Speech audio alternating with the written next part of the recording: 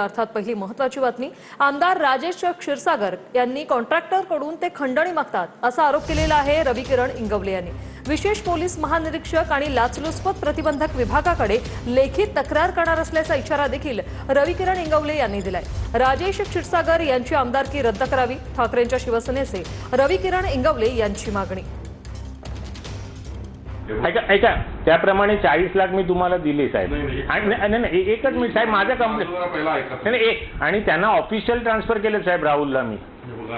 एवढे त्यांनी घाई केली माझ्याकडे। एक लक्षात घ्या साहेब, आपलं काय ठरलं होतं 60% आले। अहो पण ते आज तुमच्या बरोबर गेले साहेब। नाही असं नाही करून चालत साहेब। तुम्ही त्यांचं काय असेल ते बघून घ्या। नाही त्यांना 1% द्यायचं तो तुम्ही 2 दिला, आम्हाला 2% तुम्ही कमी दिले। हे बघा व्यवहार क्लिअर ठेवा, आम्ही दुसऱ्याकडे काढून तुम्हाला दिले साहेब। त्यावेळी जास्त तयार होता मला साधलं खरं म्हणजे राहून द्या, तुम्हाला बोलले म्हणून दिलं।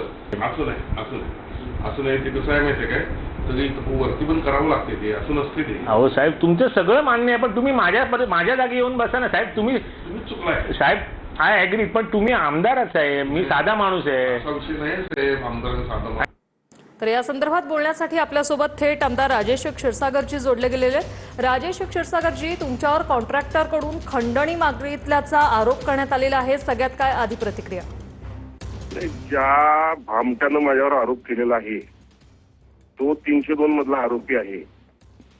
त्याचं पद आता त्याच्या पक्षानं काढून घेतलेलं आहे आणि त्यामुळं ते पद वाचावं म्हणून त्यानं वाटेल ते एडिट केलेले व्हिडिओ समोर आणून माझ्यावर आरोप केलेले आहेत। खरं म्हणजे मी आपल्यावर बोलतोय याचं कारण म्हणजे काँग्रेसचे विधान परिषदेचे गटनेते सतेज पाटील यांनी मला माझी भूमिका स्पष्ट करायला सांगितलेली आहे आणि त्यामुळं मी उद्या 11 वाजता पत्रकार परिषद घेऊन माझी भूमिका मी मांडणार आहे आणि त्यानंतर मग काय असेल ते कळून येईल।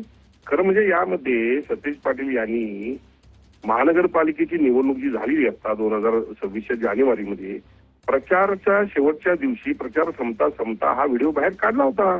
त्यांनी माझ्यावर आरोप केले होते। त्यांनी सन्माननीय मुख्यमंत्री उपमुख्यमंत्र्यांना याविषयी चौकशीची मागणी केली होती। काय निष्पन्न झालं?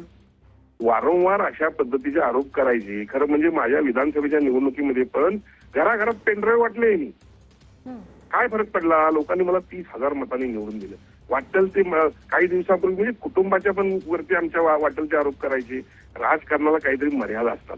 बघा आज कोल्हापूर जिल्ह्यामध्ये 10 पैकी 10 आमदार आमचे माहितीचे आहेत। लोकांचा आमच्यावर विश्वास आहे। महानगरपालिका आमच्याकडे आली, जिल्हा परिषद आमच्याकडे आली, येणारी गोकुळ दूध संघ देखील आम्ही घेणार आहोत। त्यामुळे यांच्या पायाखालची वाळू घसरलेली आहे। या बाबतीमध्ये मी उद्या 11 वाजता याच्यापेक्षा वेगळी भूमिका आणखी जी माझी आहे ती उद्या 11 वाजता पत्रकार परिषद घेऊन माझ्या कार्यालयामध्ये कोल्हापुरात मी जाहीर करणार आहे। नक्कीच, धन्यवाद राजेश क्षीरसागरजी, तुम्ही TV9शी बोललात त्यासाठी।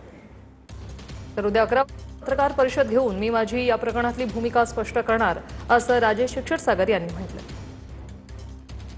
वरच्यांच्या नावावर मुख्यमंत्री असतील उपमुख्यमंत्री असतील त्यांना देखील बदनाम करत सुटलेत।